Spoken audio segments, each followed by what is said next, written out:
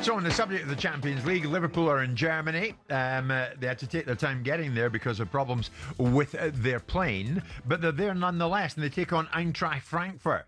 I wonder what awaits them tonight in this Champions League. Delighted to say, good friend of ours, German football broadcaster Constantin Eckner joins us live on the show. Constantin, Frankfurt, what are they facing tonight, Liverpool? So it's interesting about Frankfurt that in recent games they are either offensively impressive or they concede a number of goals. They actually managed to lead against Gladbach 6-0 and then conceded 4 goals in 20 minutes or so and almost bottled that game, which is kind of fascinating. They're also in the Champions League. I mean, they beat Galatasaray and on the first match day 5-1, and then they lost to Atletico 5-1. So it's a bit of a surprise what you get there. I guess if Liverpool can really show their strength offensively, they should beat Frankfurt. Over here, Constantine, there's been a fair amount of talk about Florian Wirtz and his struggles. What's been the view and the perception of him in Germany?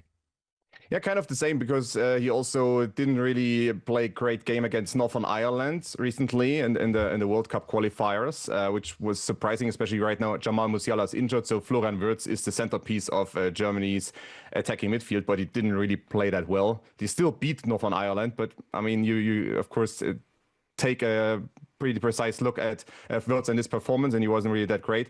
And overall, I mean, some people are concerned. Some people say that Liverpool should give him more time. But of course, I mean, if you have a price tag of over 100 million, it's kind of hard to argue for more time, because usually you should be working out quickly and immediately. But looking at the numbers, something I came up today, last year and the year before, when he played for Leverkusen, the Bundesliga, he attempted on average per 90 minutes between 67 and 70 passes per game, basically per 90 minutes. Liverpool so far, less than 50 passes per game. So he's not as involved in Liverpool's attacking plays as he was when he played for Bayer Leverkusen recently. Yeah. Well, I think he hasn't played that many 90 minutes for Liverpool, to be honest. So it's how you put the numbers together. But the reality is he hasn't done as well as we expected. But he's shown things in certain games where you just go, wow, and you can see the talent and the ability. I think it's a physical thing with him getting used to our league more than anything else. And I agreed we could get him the ball more and should get him the ball more, but the second half against United, when he come on against Chelsea, there's a couple of, even in Galatasaray, he shows these wonderful moments. He's just got this beautiful brain where he sees the pictures. So I've got no qualms about it. Self-faith.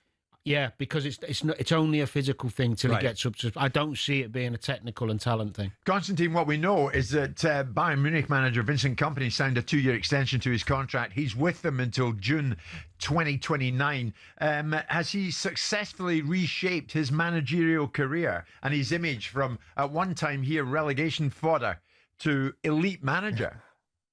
Basically, I mean, he was, as we discussed before on the show, he wasn't their first choice, but he took his chance and he made the best of it so far. And right now, Bayern Munich are looking almost unbeatable in the Bundesliga. And I would also argue, if everyone stays healthy, they are also someone who can get to the semi-final or maybe to the final in the Champions League. And of course, Kompany has great players, and they also signed Luis Diaz during the summer, who has played also beautifully for Bayern. But also Kompany plays his part in Bayern's success because he is a disciple of Pep Guardiola, and you see a lot of Pep Guardiola in Bayern's game right now. Going off on a different tangent, obviously he's Austrian, but he's managed in Germany for a long time. What's the sort of reaction to the success that Oliver Glasner is having in the UK with Crystal Palace? Some are also a bit surprised because Glasner wasn't the most charismatic Bundesliga manager, I would say that. But he had, of course, a great success with Eintracht Frankfurt in the Europa League and won the Europa League, and they beat Barcelona en route of that campaign.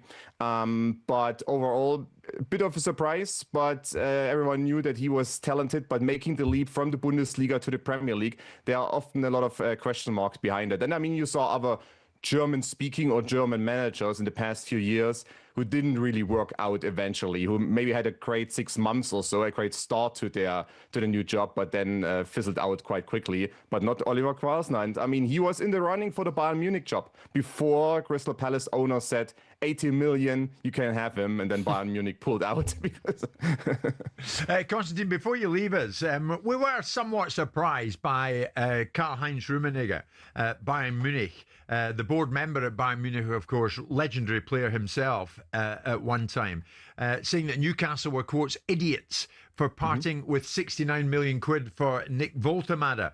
Why did he take such a swipe at Newcastle with regard to Woltemade? Can I make a bet that every time Woltemade scores a goal for Newcastle, that Rummenigge quote will come up again? Right. It's just what it is. I mean, they were a little bit sore and a little bit bitter about not getting Woltemade for 50 million or so, and they were outbid that heavily by Newcastle, and that's why they didn't take that well, to be honest, Bayern Munich, and that's why he called them idiots. I mean, it's of course over the top in a sense, but knowing Rummenigge and also Uli Hoeneß, the second famous Bayern Munich power broker, they often swing a sharp sword in interviews.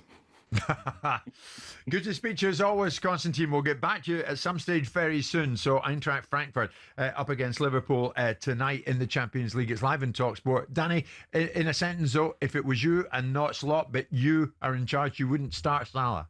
No, not tonight. I'd stick Chiesa in. He deserved a quarter ago. I'd put Ekatike in to play against his old team. I'd freshen it up in the top end of the pitch for sure. Okay, 11:30 this Wednesday morning.